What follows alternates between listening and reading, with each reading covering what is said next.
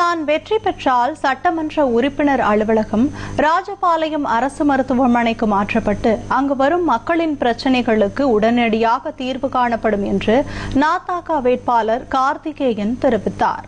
விருதுநகர் மாவட்டம் ராஜபாளையம் சட்டமன்ற தொகுதியில் நாம் தமிழர் கட்சியின் சார்பாக போட்டியிடும் மருத்துவர் கார்த்திகேயன் தீவிர வாக்கு சேகரிப்பில் ஈடுபட்டு பல்வேறு வாக்குறுதிகளை மக்களுக்கு அளித்து வருகிறார்.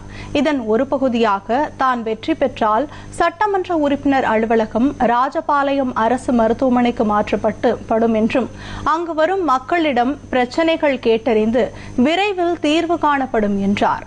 தொடர்ந்து அரசு மருத்துவமனையில் தன்னுடைய மருத்துவ பணி இலவசமாக இருக்கும் எனவும் மருத்துவமனை நேரடியாக கண்காணிக்கப்படும் என ராஜபாளையம் சட்டமன்ற தொகுதியில் நாம் தமிழர் கட்சியின் சார்பாக போட்டியிடும் மருத்துவர் கார்த்திகேயன் தெரிவித்தார்.